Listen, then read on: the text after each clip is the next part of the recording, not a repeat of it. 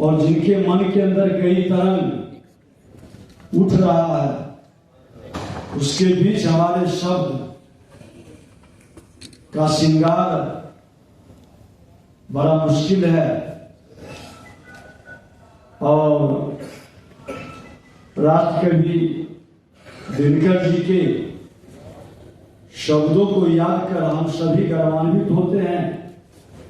अपने बीच आज श्रद्धेय पद्मश्री आचार्य किशोर कुणाल जी, पद्मश्री शारदा सिन्हा जी, जो लोकगीत गायिका, जिनके बारे में बताया गया कि किस तरह से अपने लोकगीत बिहार के देश और दुनिया तक पहुंचाए। आज पद्मश्री उषा किरण जी, कई महान विभूतियों को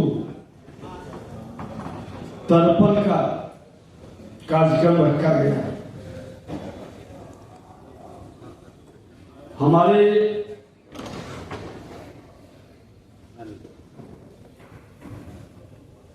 कहीं न कहीं सनातन संस्कार में एक संस्कार तर्पण का होता है, लेकिन पहली बार शब्दों से तर्पण, हृदय की भावनाओं से तर्पण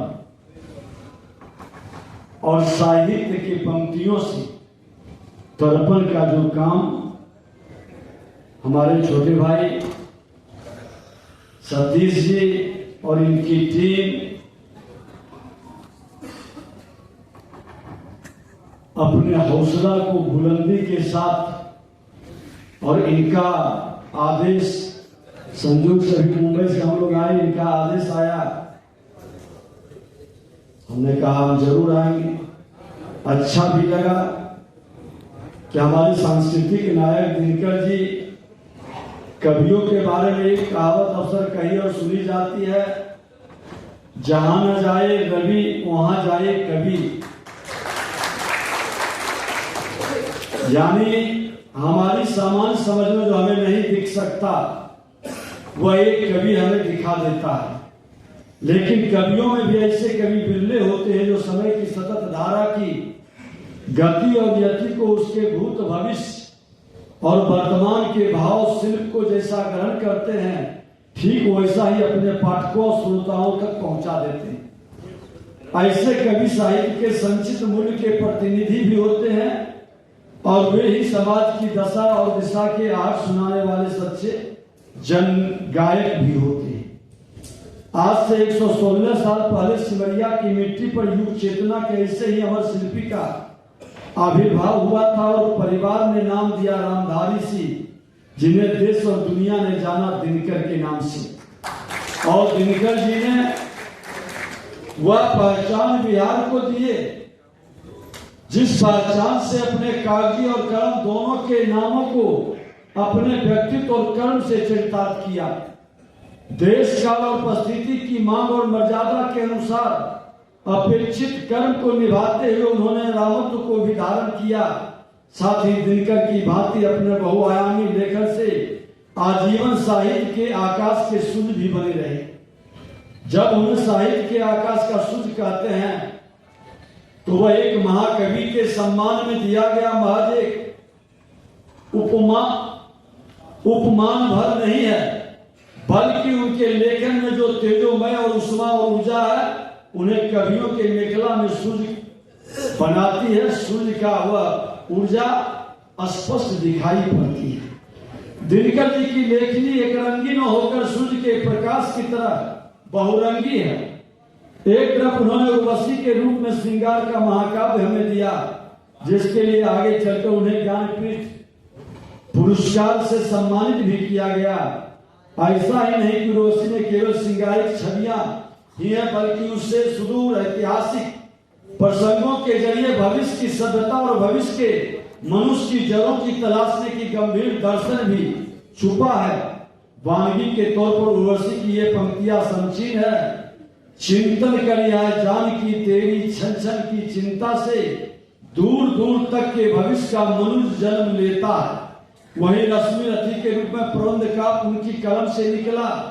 जहां कर्ण के जीवन चरित्र का आधार लेकर युगानुकूल भाव और विचार तो उन्होंने व्यक्त किया ही, साथ ही प्रतिभा का सम्मान, राष्ट्र का उत्थान का मूल मंत्र देते हुए भावी भारत कैसा होना चाहिए यह विचार भी व्यक्त किया।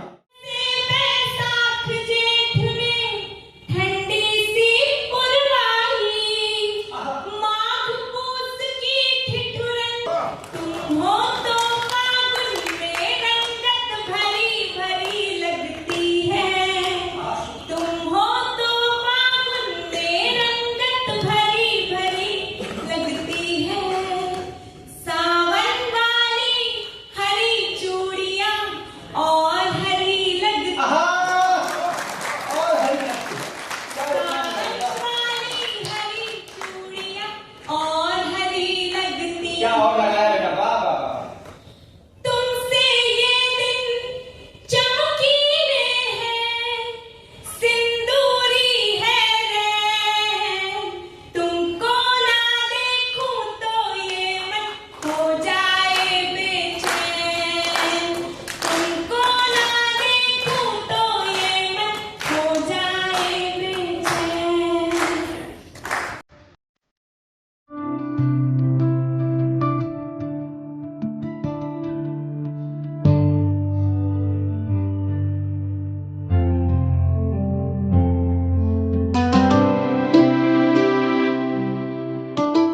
क्या है आज कार्यक्रम, जिस कार्यक्रम के लिए रामधारी सिंह दिनकर की स्मृति है, साथ साथ उषा किरण खान है, शारदा सिन्हा है, ये तमाम चीज़ के बारे में कुछ बताइए। ये आज का जो कार्यक्रम है वो हम लोग अपने पूर्वजों को ये वर्ष 2024 में जो निधन किए हैं, जिसमें पद्मश्री शारदा सिन्हा जी हैं, ये पद्म भूषण शारदा सिन्हा जी हैं, पद्मश्री कुणाल साहब हैं, पद्मश्री उषा किरण खान जी हैं।